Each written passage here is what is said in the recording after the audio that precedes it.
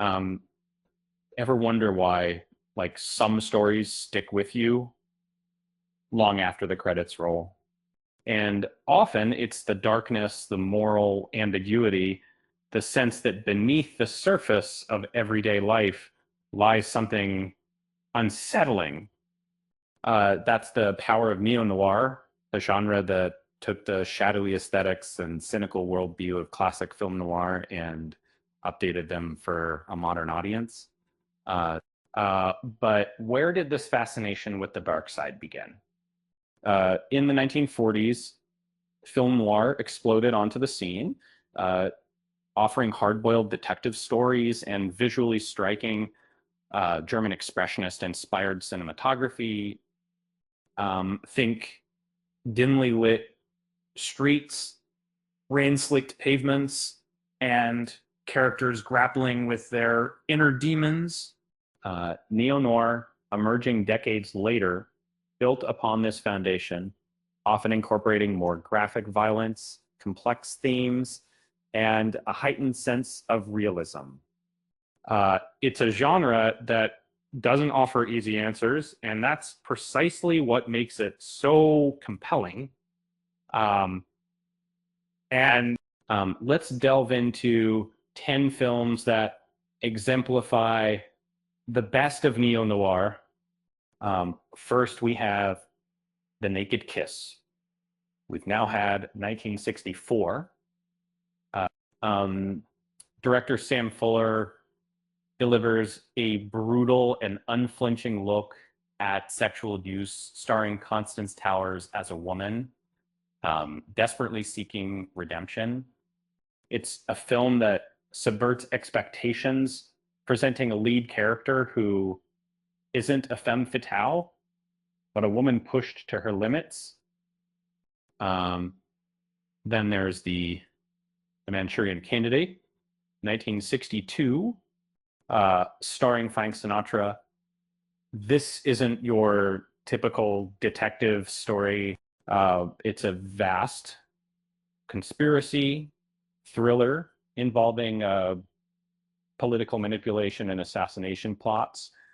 The film's psychological paranoia is a chilling precursor to later thrillers like The Bourne Identity. See, Taxi Driver, 1976, directed by Martin Scorsese, uh, plunges us into the darkest corners of a decaying city. Um, Robert De Niro delivers a mesmerizing performance as a Vietnam veteran who becomes a vigilante, blurring the lines between hero and villain. And it's a film that leaves you questioning what is real and what is a product of a troubled mind. And uh, The Killer's a seemingly simple heist film is actually a masterclass in cynicism and violence.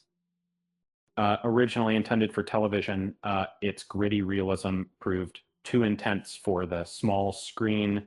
Lee Marvin and Angie Dickinson star in this bleak portrayal of American crime. The Conversation, 1974, is a suspenseful and thought-provoking thriller from Francis Ford Coppola. Gene Hackman plays a surveillance expert who becomes uh, entangled in a web of deceit and paranoia.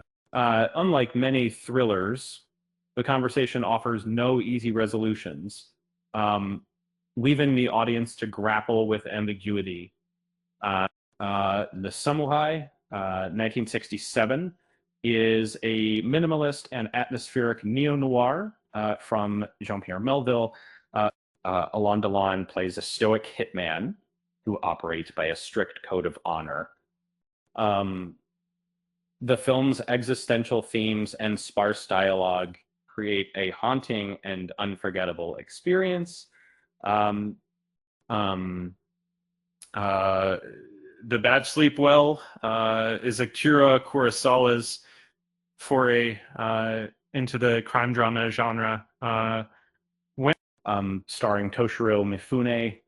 This film explores themes of corporate corruption and revenge. It's a powerful critique of power, and the compromises people make to achieve their goals. The French Connection, 1971, brings the neo-noir aesthetic to the world of law enforcement. Gene Hackman delivers a gritty and compelling performance as a detective obsessed with bringing down a French heroin smuggler. It's a raw and unflinching portrayal of the dark side of the city. LA Confidential is a sprawling and complex neo-noir set in 1950s Los Angeles. This film explores themes of corruption, ambition, and betrayal within the police department by it's a visually stunning and morally ambiguous masterpiece. That And finally, Chinatown, 1974, often considered the pinnacle of neo-noir, directed by Roman Polanski and starring Jack Nicholson. This film is a masterclass in storytelling, atmosphere, and moral complexity. The film's iconic ending is a chilling reminder that some battles are simply unwinnable. So why do we keep returning to these dark and unsettling stories? Perhaps it's because they reflect like a part of ourselves. The shadows we try to ignore, right? You know, you know, or maybe it's because they offer a glimpse into a world where nothing is as it seems, and where the line between good and evil is often blurred. Speaking of blurred lines, did you know that the director of Chinatown once said that writing a good neo-noir script is like solving a Rubik's Cube in the dark? It's a fitting analogy, isn't it?